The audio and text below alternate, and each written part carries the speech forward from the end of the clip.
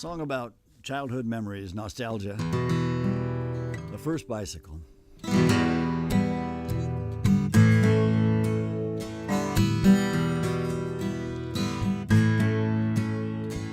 My first two-wheeler was old when I got it. It was newfound freedom. It was red on black. Those big wide tires would slide on the gravel when I'd ride along the railroad track. Straight downhill on the Skyline Road. No hands, no brakes. I was lucky, I know. But the wind was singing in my ear, and I never looked back. Just be home by dark. There'll be time enough tomorrow. There's a place where they know you and love you for who you are. When there's color in the sky and the street lights are coming on, I'll take the corner like a stolen base and be home by dark. Now that I've got a daughter and a son, I get to figure out how it's done. But the clock is cruel, the boss is anxious, little pictures have great big ears. We worry that we can't provide all the things that this life requires. But somehow just being in that circle vanishes all my fear. And I'll be home by dark. There'll be time enough tomorrow. There's a place where they know you and love you for who you are. When there's color in the sky and the street lights are coming on, I'll finish up working and be home by dark. So many people in this hungry world travel that journey alone. What I would wish for everyone is just what I want for my own. To be home by dark, time enough tomorrow. A place where they know you and love you for who you are. When there's color in the sky and the street lights are coming on, tomorrow is another day. Sunlight fades away.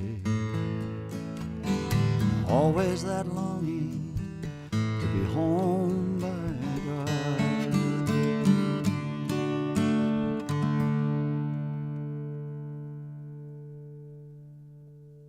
Wow, what a great way to start off your friends and neighbors today. We don't usually start off with a little ditty like that, do we? Yeah, my guest today, I'm so pleased that he could join us today on Your Friends and Neighbors. I guess I will just start right off by saying good morning, good afternoon, good evening, whenever the show is on. Steve Gillette. Thank you, Willie. It's really a great pleasure to be here. Yeah, with you. no, I'm looking forward. We're going to be talking about, Steve's got a songwriting workshop coming up at the beginning of October, which we're going to talk about in just a few minutes.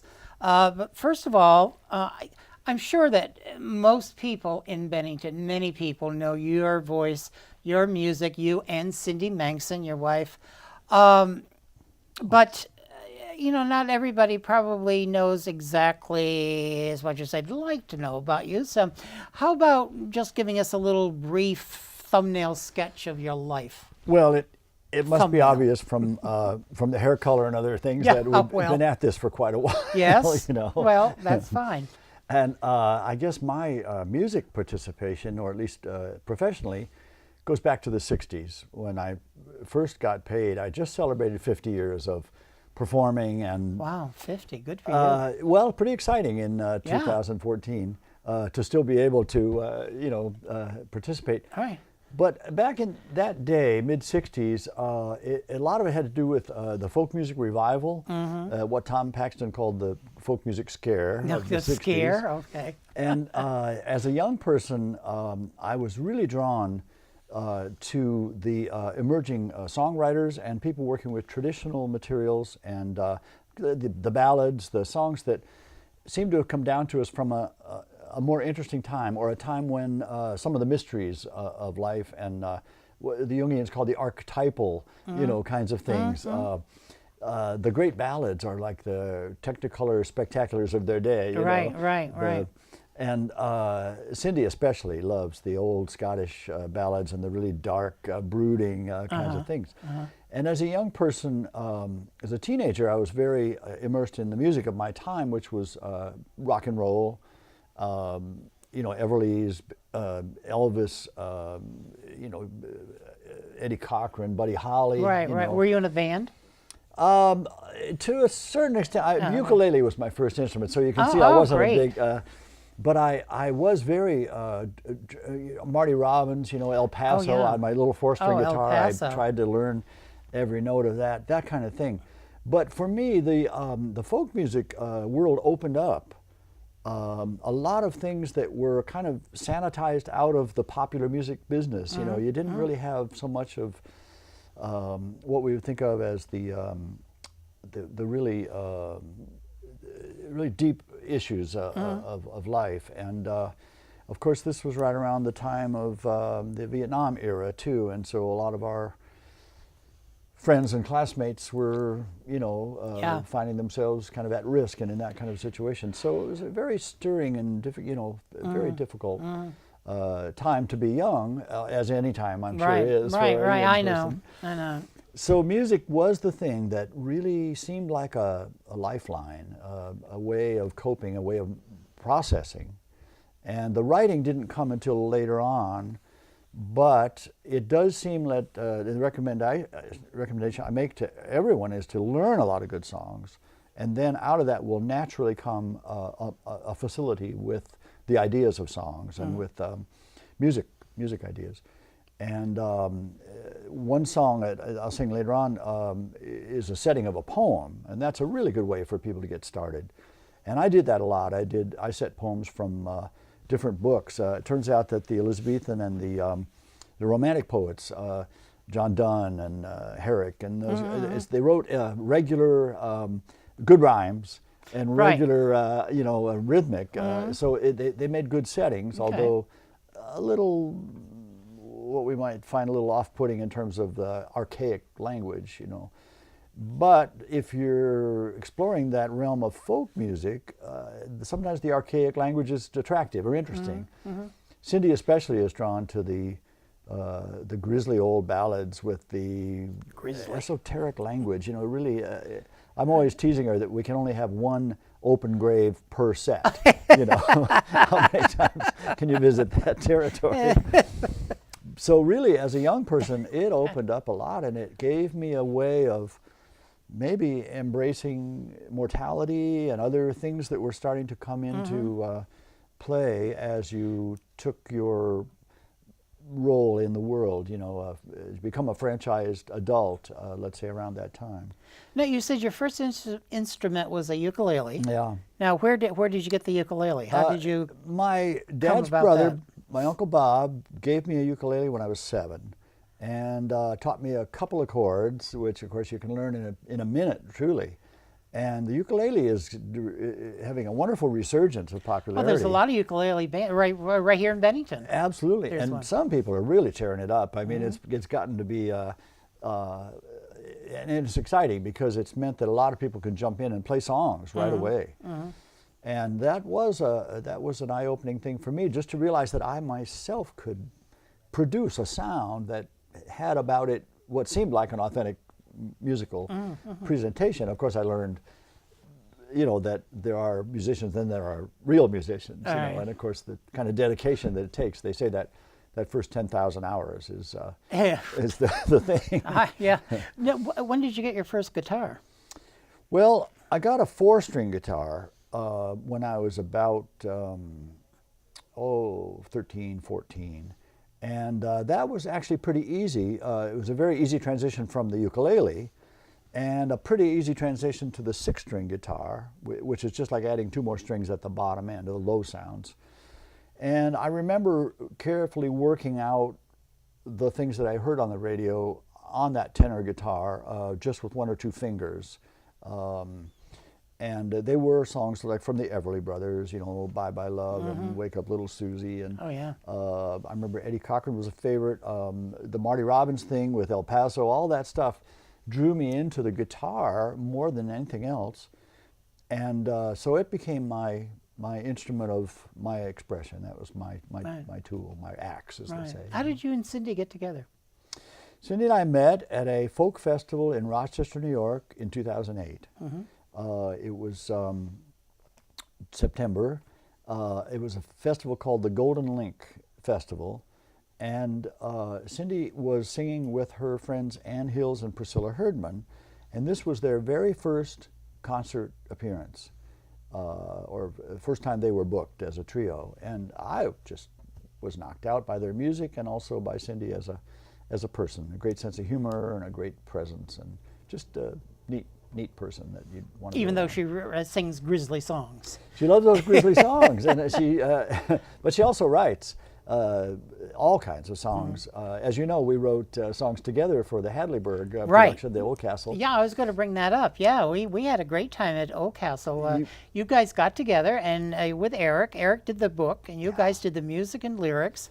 And it was really a beautiful little show. It was really great fun. As I said earlier, it was like running away and joining the circus. Yeah, Cindy and something I both completely were new for you. Now, wait, you said you met her in 2008? Yes.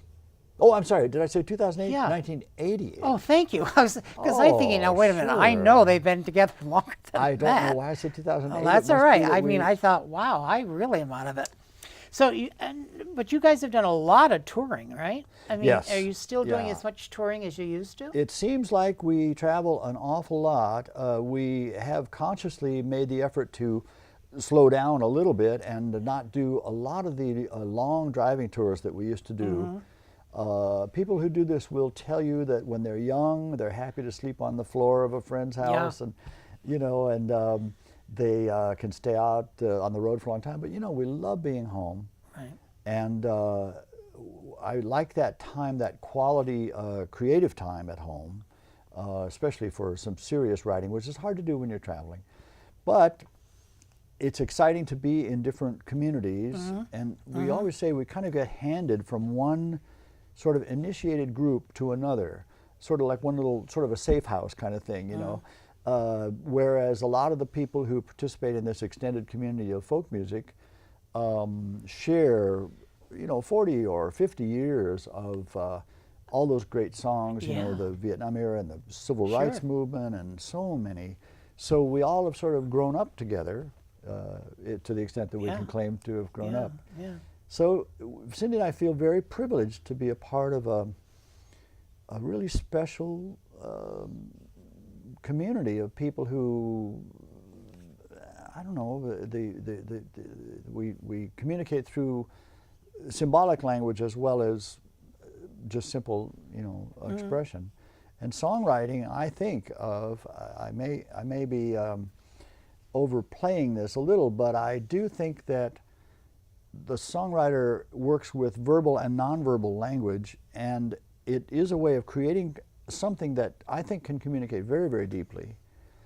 Oh, yeah. So, you know, to me it's kind of the highest, or at least of any abilities or talents that I may have. I think painters communicate a lot too, and filmmakers probably the ultimate. I mean, I can't sit in a movie theater and not be swept along. No, me neither. So I know that that's a powerful medium, but it also depends on a great number of people, whereas a songwriter can just be alone and work at something. And you hope it'll be more fully realized by someone who has a great voice and great studio production and all that. And so I've been fortunate to have some of the songs recorded by people who have the wherewithal to do a major production.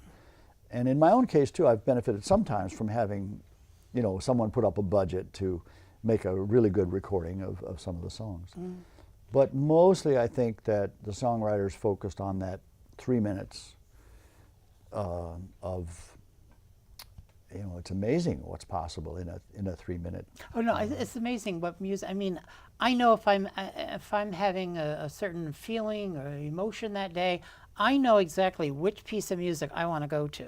If I'm feeling down, if I'm feeling nostalgic, if I'm feeling really happy, I know the music that I want to listen to that day. I mean, and I always have different kinds of music in the car. I know right now I've got a Broadway musical, I've got a pop star, I've got a country western, I got a little bit of everything. Yeah. And I love music. I am not a musician myself, and I've never taken up an instrument or anything like that, but I love music. I just am crazy about music. I think that we talk in songwriting a lot about, you know, making that step where you've heard a lot of songs and it's been a big part of your life and it's a big part of your social life, especially as a young person. It's so much to do with your peer group and what you're listening to and what you're seeking and you know, excitement of a new discovery, that sort of thing.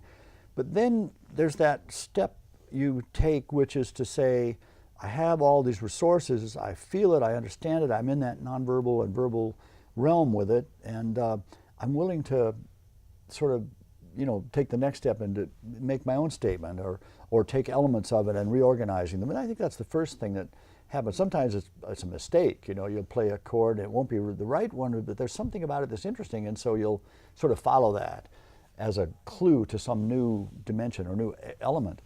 So I think that that's what songwriters have done, is they've taken what they love, what they feel excited about, and they've just made that little step into the realm of recasting that moment of reality in their own way. And I think we all do that when we tell stories. And someone said people are hardwired for stories, you know, from ancient times. Even if they couldn't read, they would be, you know, ready to hear a story and ready to interpret their world in terms of a story. And sometimes the story is an oversimplification. The first thing that you encounter with, you know, trying to characterize the world is, well, I've got to choose which part of the story to tell. I can't just really, Right. you know. So that's what a songwriter is kind of faced with. You want to have a rhythmic, you know, integrity, something that has a heartbeat, that has a pulse that possibly hypnotic, but at least that's reassuring, that's continual, that has integrity. And then you want to have a phrase that sort of resonates with that, that's not at odds with it. So that's one of the big problems with songwriting, is you struggle to find what they call a hook. You know, something that makes sense, that rings true, but also is musically supported. I always use the example of I can't get no satisfaction. You know, it's I can't get no. They took that word satisfaction and they took it apart and they found where the beats were and they just nailed it. You know, and that's the kind of thing. So you find yourself sort of working with those elements, but. Partly it comes directly out of your enjoyment of the songs. I would say we'd probably have to touch on a lot of other elements of the enjoyment of the songs that have to do with finding an image for yourself. You know, think how you think of yourself and want to be thought of in the world. Like as a young person, a teenager, I remember watching a group of kids dancing in a party after a concert that we did. And we came in the room, and it was kind of darkened room, typical dancing situation. People were dancing with the band, dancing to recorded music. And this one young woman was singing, her lips were moving to the song Dancing Queen. Oh, okay. And she was in that land, you know, she was dancing with her partner and and I realized that for her, the Dancing Queen was she was in that role. Right, and it was satisfying, it was complete, you know, that kind of thing. So I think that's a big part of our participation in the music that we, especially as a young person, it lays out a role for us to. Right. That first number you did, Home by Dark. Home by Dark. What made you sit down and write that song? It's a title that I had kicking around for a long time. I always felt, you know, you begin to get an instinct for certain titles that have an attractiveness about them. You may not feel qualified at that moment to capture it. More like you sort of let it accrete, you know, let it gather. And I knew that I wanted it to mean more than just the the first instant, which is a young person being told. You know, I always introduce the song by saying, "Didn't it seem like when we were young?" And you know, I go back to that. Not in your case as much as mine, but you know. Oh, listen. Didn't it seem I'm there. that parents and everyone were perfectly okay if you just were gone all day? Oh yeah. Oh no, it was fine. As But long as you were home by dark. That was Right. the rule. So, and the other part of that song has to do with things that scrapes and things we got into that we're just so glad nobody had to be called. You know, and we're glad you don't have to. So there's like those two themes. But then I began to realize that Home by Dark had about it a sense of safety and of being, being embraced and loved and supported in a home, which is a lot to presume. We can't take for granted that everyone has that. No. And it occurred to me to think of people, a young guy in Afghanistan, or something. I mean, that you're always aware that there's kind of a two-edged sword. That if you talk about how beautiful and wonderful your romantic love in this moment is, that it's going to strike a person who's not in that place Right. as a cruel thing. So you realize that you sort of have to deal with both aspects. And so the best I could hope for was just to offer the wish that everyone, could either have. And also there was in it a hint, I think, of mortality, in the sense that could be an epitaph. It could say on that stone, Home Right. by Dark, Yeah. because the whole idea of dark can be scary, and so in a way there's the desire to. But it didn't have to be grisly. No, no. No, and if anything, Not going to let you forget this, Cindy. well, that may be too, especially a young person's way of dealing with the idea of mortality. Might have to do with monsters and with because True. that may it may be a way of processing. And so yes, I so many aspects to it. I think the writer's job is to start to work with all those elements, sort of parse them all for what they may be and what they can contribute to the process. So being fearless is one aspect of it, but also being reconciled to the idea of mortality. And I would just say that for a young writer, Rage Against the Dark is certainly so many people in my generation thought would never expect to be 30 years old, don't trust anybody over 30 and all that sort of thing. Right.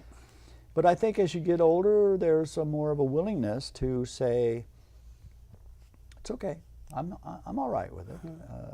If it's 70 or 10 plus, Whatever. that's good. That's all right. That's all right. And then how do you do that? How do you occupy that time? Right. Yeah. So this songwriting workshop that's coming up, what are the dates again? It's I guess the we didn't say the first dates yet. weekend of October, and I'm thinking, is that 3rd and 4th or 4th I and think 5th? it's the 4th and 5th. Okay. If you said it was a Saturday, Sunday, It's right? Saturday and Sunday, Oh, and we'll okay. start at 1 p.m., Okay. go till about 5. Okay. And where is this taking place? It'll be at the Unitarian Universalist Oh, okay. Fellowship, You're doing it at the UU. which is just on, is it School Street? I guess, yes, School Street. So it's just a block over from the Bennington Bookshop. Right. You walk straight across. I'm just behind the Chinese restaurant. Right behind the Chinese and restaurant. across from the bank. As we used to say always in Vermont, it's where the Dunkin' Donuts used to be. You know, Right, it's like the old right. Red Barn used oh yeah, to be you know there. the old Hojo. Yeah, That's the right, Howard where- Johnsons. One World. No, that used to be Howard Johnson's. Also, Saturday night, we'll do an open mic Oh, for okay. anybody who'd like to participate. Yeah. So that the songwriters will get a lot of feedback and talking and critique during the sessions, but then in the evening it'll just be a performance. Right. Is there a cost? It's $40 for each day. Oh. And no discount for both days, but it's so it ends up being about $10 an hour. Yeah, that's. So why are you doing a songwriting contest? I mean, this isn't the first time you've done it. Why did you and Cindy going to be working with you? Yeah, yeah. I suppose. So yeah, what she's- made you say, all right, let's start doing some songwriting workshops? Well, it's something that you know, over time, as you make your way around the country, people say, "Oh, you're coming to town for this concert or that. Would you like to do a little seminar, maybe at the guitar Okay. store or something Yeah, like that?" Yeah, So over makes the sense. years, we've done a lot of them, and every year I go to Texas for a wonderful festival that's 18 days long. It's it's like going to Burning Man for, you know. Yeah. And it's the Kerrville Folk Festival in Texas, and they have a really good songwriter competition that they call New Folk. Peter Yarrow actually started that with the Oh director yeah, of the festival. Peter Paul and Mary. Yeah.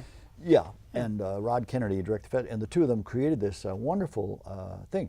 And I have been a judge, I've been a MC for it over the years. I usually do something about it. Yeah. And what I find, and also they have an excellent songwriting school, so I've taken part in that. But a few years back, Cindy and I decided to do a real organized one of our own, and we started in Big Sur.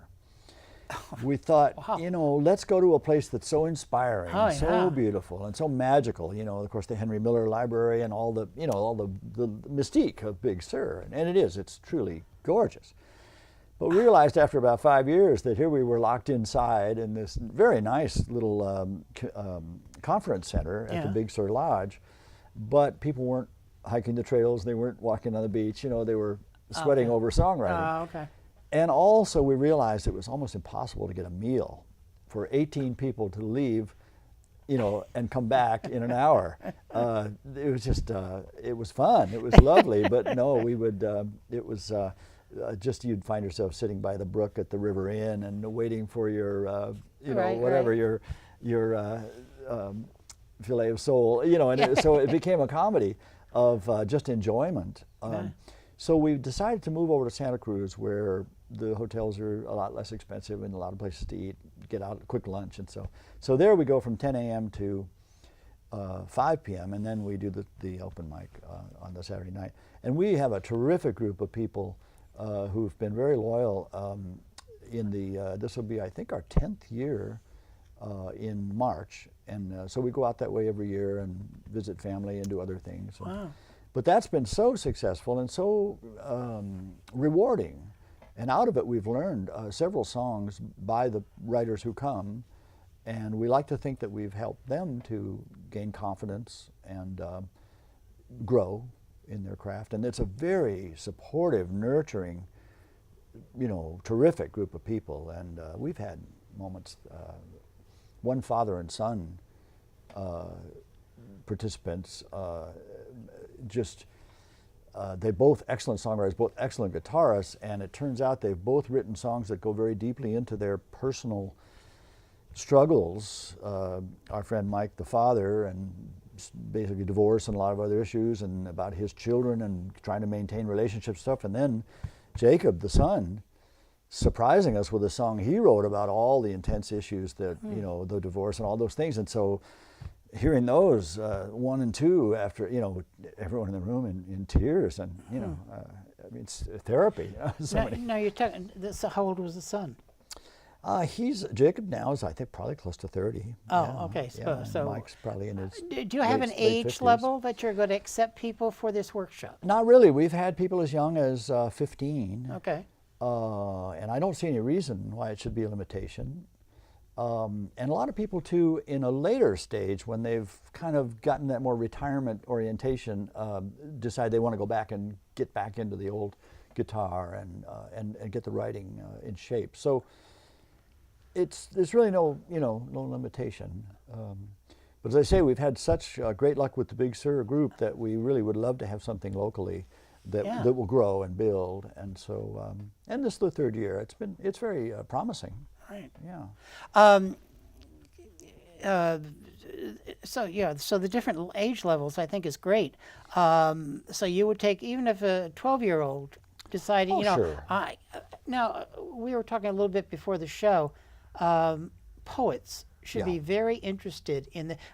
Actually, before I get into that, how much music experience should you have before taking this workshop? Well, you know, I think probably one entry issue is just, can you sit there and play and sing your song? Okay. And there are a lot of 12-year-olds who can do great. You know, 8-year-olds, you know, that can really. I mean, YouTube is filled with them. Yeah. So that's the thing. Now, there are collaborative partnerships where the one person wrote the words, the other person plays the guitar, and the one person has to hold the words up for the other one to play and sing. All that's fine. It's about the song, and that's what we focus on. The performance is not necessarily an important part of it, although we're certainly glad to give help and encouragement and offer whatever critique might help with the performance. But mostly we're thinking about songs and about growing as a So if I songwriter. came in and I signed up for the course and everything like that, what would be the first thing that you would have me start thinking about? Well, I expect there'll be 7 or 8 or 9 or 10 of us, and we'll just put the chairs in a circle, and we'll just sort of go around the circle and give at least maybe 10 or 15 minutes to each person in that first time around. Try to get around the circle maybe a couple times during the day, and depending on how many people. And as the first thing is just to listen to the song. And of course, we always joke, before you sing your song, you're allowed 2 disclaimers. And of course, they're all, these are old strings, or my nails are too long, or whatever it is. But then we'll get down to just hearing the song. And I might start the discussion just because that's why I get the big money. Right. And but I have a formula, and you can take this formula and run with it and make the big money and too. this book that you did on songwriting, you probably use that formula probably comes from this book. Yes, I think you could probably find the exact words in the Right. book, Songwriting and the Creative Process. Right. I'm very proud of the book. It's published by the Sing Out magazine people, and it's one of the great advantages is that they keep it in print, even if the sales are not. Can you get that here at the Bennington Bookshop? You can at the Bennington okay. Bookshop. Good. And, And- a lot of your music I know is at the Bennington Bookshop. Oh, yeah, they've been you and great Cindy, about it. yeah, they are great. Very supportive of local Of the musicians. local, yeah, they are. But my formula is to find one thing to congratulate the writer on, and that's not hard. I mean, a nice idea, a nice chord change, a nice turn of phrase, a good rhyme. One thing to start the conversation and say, you've done the work. I see where you're going. I appreciate. There's a real merit in this song, and I encourage you to stay with that. But then the next thing is, where would you spend another hour? Where would the best, most benefit of going into the song? And I'm assuming that it's okay to make changes.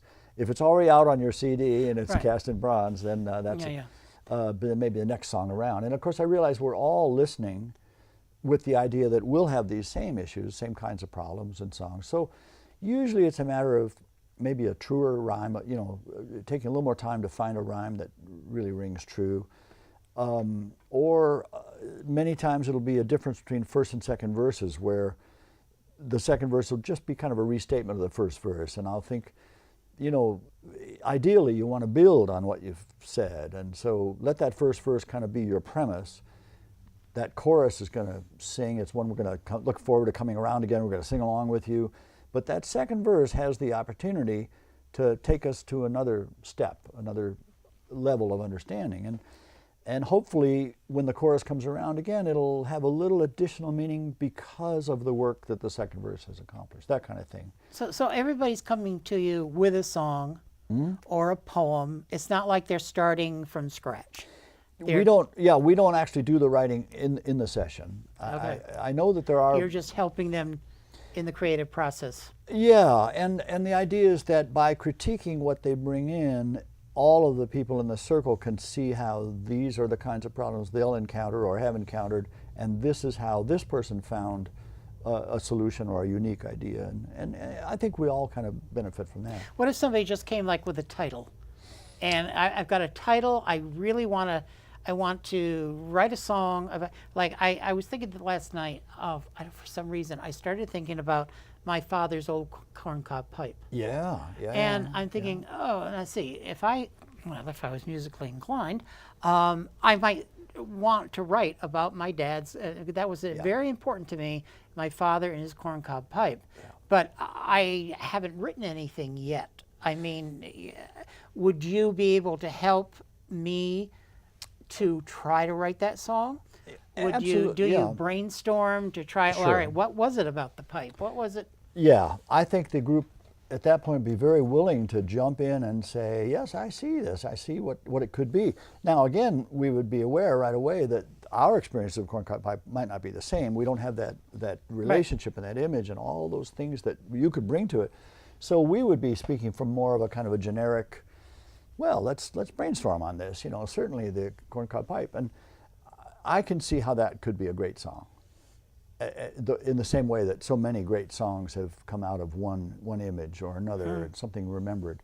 But obviously the thing that's going to make that song rise to the level of true greatness is going to be the special elements that you bring to it from your experience. It's obviously about more than a pipe. It's about a relationship. And you know, we talk a lot about the archetypal world, you know, fathers and sons. I mean, that's one of the big archetypical structures, going back to, you know, Greek tragedy and all these things. So you realize there's so many levels and layers. Right. So rather than tell you what it should be, I think we would just want to encourage you to draw from that and recognize that some of it might be painful.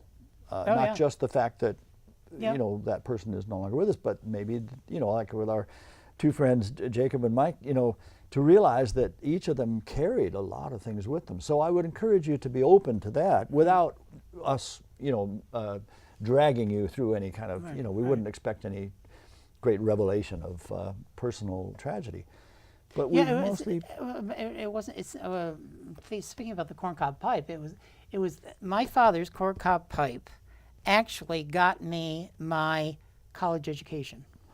Well, there might have been something in that It's pipe that because we don't want to talk somebody, about. no, somebody was just loved having a conversation with my father. They loved the corncob pipe. Yeah. And they just said, after my father died, you know, could we put Billy through college? I mean, it was my just gosh, yeah. because of my father and that corncob pipe. I mean, that was a wonderful. It sounds to me that there's a greater respect and you know, there are more details. Oh that yeah, would no, come I mean, I out, just and remember I was always coming out of it. It was always hanging on his mouth. I mean, tamping it down. Sometimes he'd let me tamp the tobacco down. yeah, You know. and the drama, the stories, the way the yeah. timing all Oh, yeah. unfolds. I No, no. remember Clarence Darrow always having a cigar when he would address the court, and he did this trick of putting a little piece of wire in the end of the cigar so that the ash could burn and burn and burn, and he would, the whole jury would just be waiting for it to fall. Right. So I could see how it could be a performance piece, and certainly, you know, many a politician from the early part of the 20th century would have been, you know, would have gained a lot of votes from being pictured with the corncob pipe. It was so Americana. I love the idea, and if anything, I would want to encourage you rather than cast any sort of limitation or saying, "Oh, well, you can't do that," or make you worry that maybe there's some image. But it's the kind of thing. It's like, you know, my dad's old three-cornered hat, or you know, whatever. It's something that's going to, and the whole thing about family relationships too is such a rich area, but as I say, also possibly fraught with issues unresolved or things that, and that's one aspect of songwriting I think is very important, is that it can be directly therapeutic, especially when it's more, you know, song after song after song. And I know in my own case, many of my songs have, you start to go one after another, you realize there's some themes here that I may start to be aware that that I've been processing things, even if I might not find that in any one particular song. Certainly mortality is something that comes up over and over, the song like Home by Dark. But mostly it's a session where we try to give encouragement. And it's very collaborative. It sounds like everybody's working together to help each other. Usually with turns the out to songs. be, absolutely. We're always very gratified at how willing people are to be supportive. And to be pretty open. People have to be pretty open when you're in your little circle there and doing your talking. I think that if I were to say there was something that I had to be responsible for, it's to make sure that there is a protected, safe environment. Right. You know. Now this is October 4th and 5th, a Saturday and Sunday, $40 a day from 1 to 5. 1 to 5 each day. 1 to 5, and what was the other? And where is it going to be again? It'll be at the Unitarian Universalist Fellowship, which is, I think, is it 108? Right at 108 School Street. I think you're right there. And, do you try to write? I know authors, you know, sometimes they get this, oh, I just can't write today. They get a block. Yeah. Do you try to write every day, you I do. and Cindy? Yeah. Yes, it's true. I do try to write every day, and there are those days when you feel as if nothing productive can, it's just too much to get over the inertia. When we're traveling, fatigue is a big issue, and actually sometimes that can bring a gift. Yeah. It's almost like just before you fall Okay. asleep, you might have an inspiration, but you generally don't have the energy to follow up on it. But when you get home, it might take a day or two to sort out and go through the email and, get back to your center. But I really do value that time, and I also appreciate morning energy. I was going to So- say, is it, when do you, the best time of day for you for writing? This in the morning? For me, my concentration seems best, and I have the energy to give to it, usually in the morning.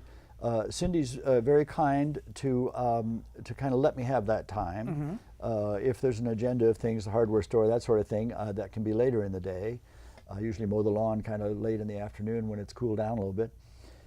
But I look forward to that time, let's say between 9 and maybe 1 or so, when I can kind of sustain, sort of have all the balls in the air, kind of, it's partly like working out a crossword puzzle, but it's maybe more inductive or more unformed, free form.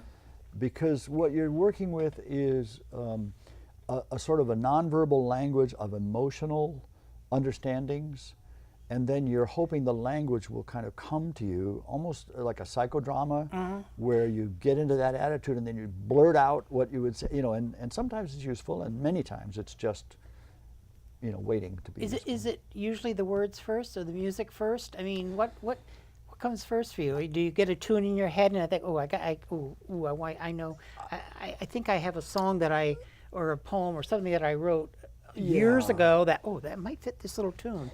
This is a question that comes up a long time, and there are a lot of different answers, and they're all true. For me, it's a little bit of a 1 foot forward and then the other foot.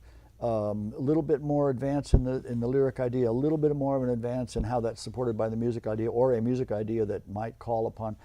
But usually there has to be that one little thing that happens first, which is a kind of a nugget of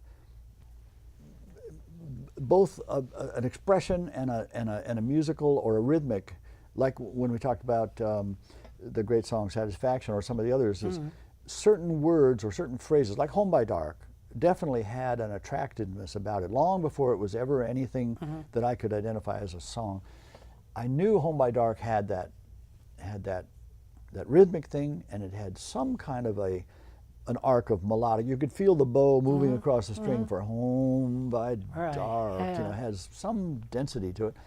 I didn't know what form, what notes. You might someone in a songwriting class might say, take that phrase and try 5 different combinations of notes, or use your telephone number backwards for the notes on the keyboard. That kind of thing. Okay. Anything you can do. What you don't want to do is just write the same thing you wrote last time. But that might be a starting point, not to put any kind of a barrier. But I would say that what you're working with is a kind of an impression. So we say Home by Dark, what does it mean? How does it feel?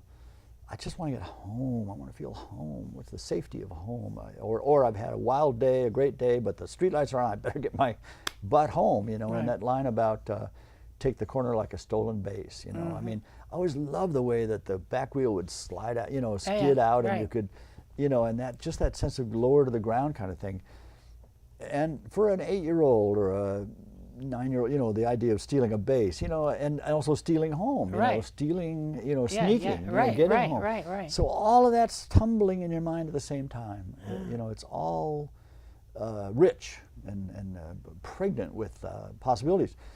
So then it becomes a chore of editing and sorting and choosing and following up on the more promising things. And what you find yourself doing is sort of mining one strata, one vein a lot until you get to a point where you say, whoa, okay, I've got a lot here.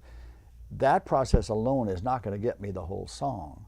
I've got to step back and say, oh, I see what I've got here. I've got this one theme that's going to be worthy of resting the whole weight of the song on that theme, Home by Dark. But I'm going to need to have some kind of counterfoil, some kind of, other direction to come from to bring it back, come around, that kind of thing, so that when I get back to it, it'll seem welcome. It'll seem like a home place.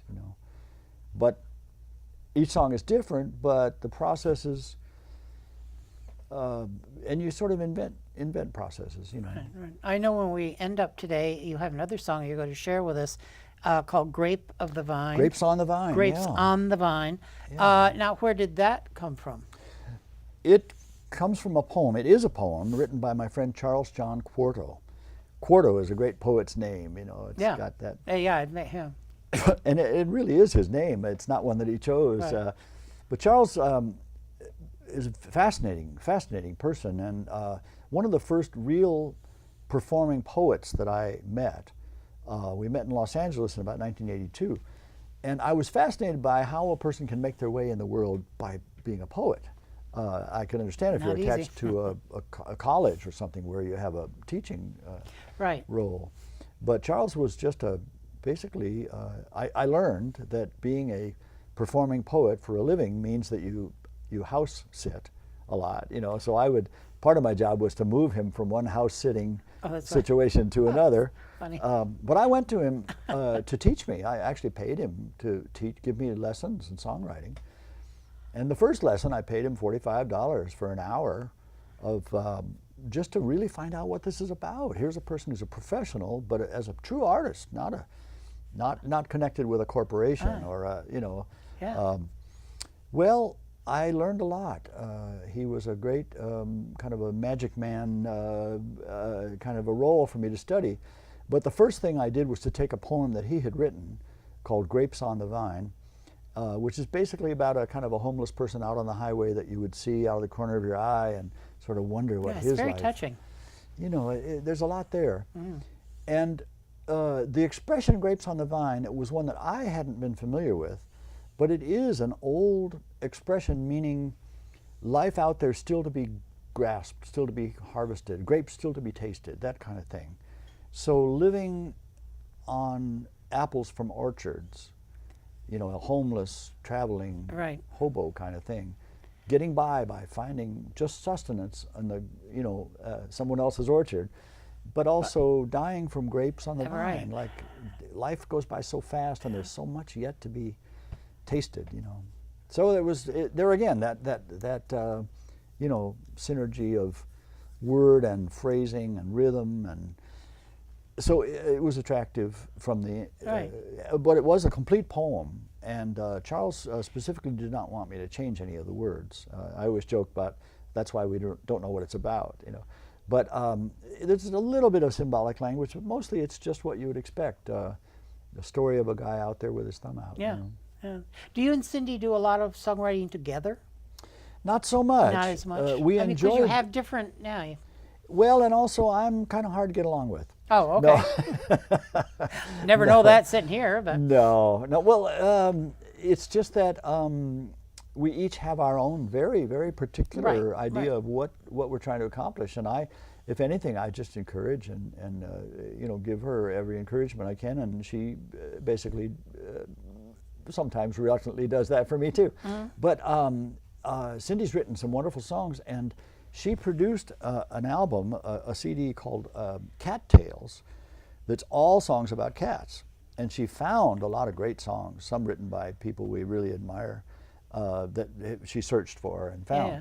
But then she also wrote for that project, and she's very gifted. She's really the member of the family with the real musical education.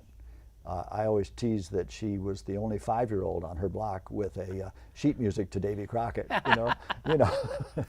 She was playing piano, Yeah. and she does the Bach, inventions and But so she has the musical skills, and on the guitar, she's a wonderful musician.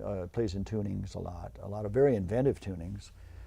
So she's really well into the realms of very professional and very has attained the status of a right. great artist. Now, you have written songs for quite a few famous artists. Do they come to you for a song? Do Oh, you well. send songs to them or to their agents or whatever? How do you Yeah, get your music you to stalk, these people? You have to stalk them. Stalk It's them. true. You, Okay, you you become stalk. very obnoxious. Okay. I'm not as good at it as some friends. One collaborator, we talked about the benefits of collaboration. You know, you can gain a great attribute in your collaborator. Someone who maybe has more skill with a keyboard or can. Right. But in the case of one particular song I'm thinking of, my friend Rex Benson and I wrote a bunch of songs together purposely aimed at the country top 40 market. And so we sought after artists like Kenny Rogers and Mel Tillis and the Oak Ridge Boys. And, you know, we really went after the country mythology. We really tried to grow into that, well, I won't say mythology, you know, there's a whole archetypal or you know, it's kind of paternalistic, kind of masculine dominant, you know, you begin Yes, to it realize is. right away. It is. Good old boy kind of a thing. Right, right. But as Cindy would say, how hard can it be? You know, well, it's more than you might assume. The old joke when I was in the music business in Los Angeles in the 80s with people like Linda Ronstadt and you know, a lot of people who were drawn to the old country, the Hank Williams and the Carter family type stuff. Right, right. The joke was, well, if you can't make it in LA, you can always go to Nashville and sing country. You know, well, no, the Nashville people will tell you they're very sensitive about that kind of a thing. Yeah.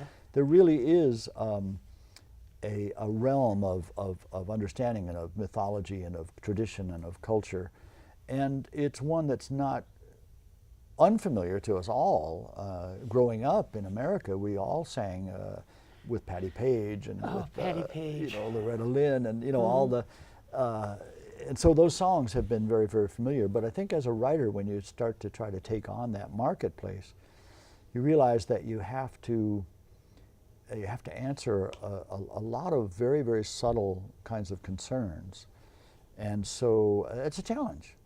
But I'm very willing to see it as a project, as if to say, gee, I don't know if I could write a Balkan folk dance. Right, right, right. But how, you know, how Well, hard that's, can it like, be? well, that's what you said, writing the musical, Hadleyburg. I mean, that was a complete yeah. turnaround for you guys. And way I above mean, you our had pay grade. way never out of our done depth. anything like that in your life. And I really have respect for the people who can make it work, you know, who go from dialogue to song and have the whole thing build and have character and have drama. Right, right. So I do many too. dimensions. Yeah, I mean, it's if I had impressive. to, my choice of music is Broadway shows, but when you mention Patti Page, I think, oh, Patti Page, Rosemary Clooney, even Doris Day, all those people, I really, Vic Damone, I liked Vic Absolutely. Damone. Oh, I mean, great, the I'm greatest going back. voices. I'm going back a ways. No, so. no, and these are all part of our. And even if we were too young to have been alive during that time, we didn't hear Patti Page sing "How Much Is That Doggy in the Window" for the first time. Right, right. We still have all of that in our DNA, Yeah, I think, and inescapably. And in terms of country music, those singers are still bringing back all the old Hank Williams, the Carter family, the Right. But I think the big challenge now is that they are much more corporate than they used to be, and they're trying to get into that, you know, as we see all of the media outlets being owned by fewer and fewer people, they're trying to qualify for a project with one of the 5 or 6 giant musical entities, and they're very corporate now and also international.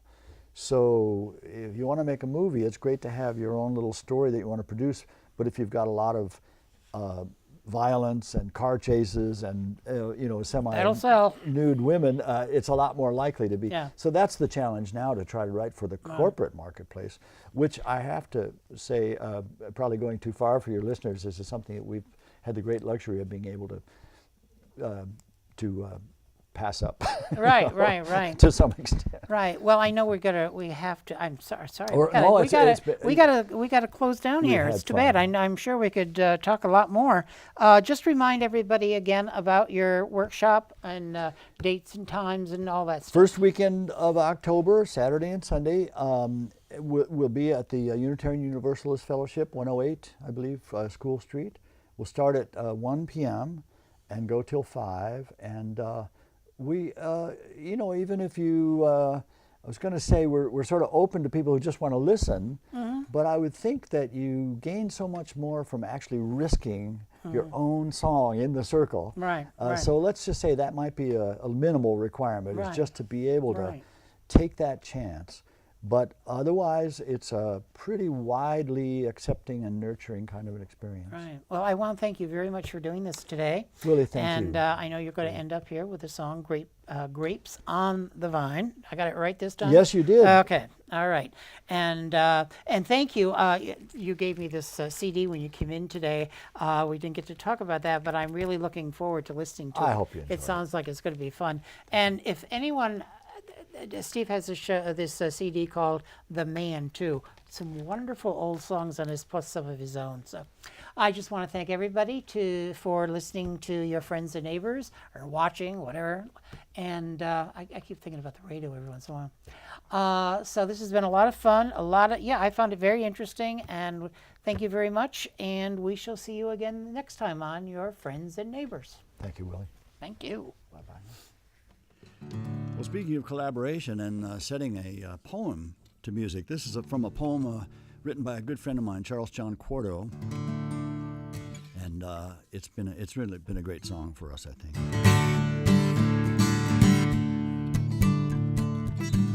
There are songs that the birds don't sing to people, secrets that keep right through to the end, heroes that hide until forever. And I'm singing this song for one of them.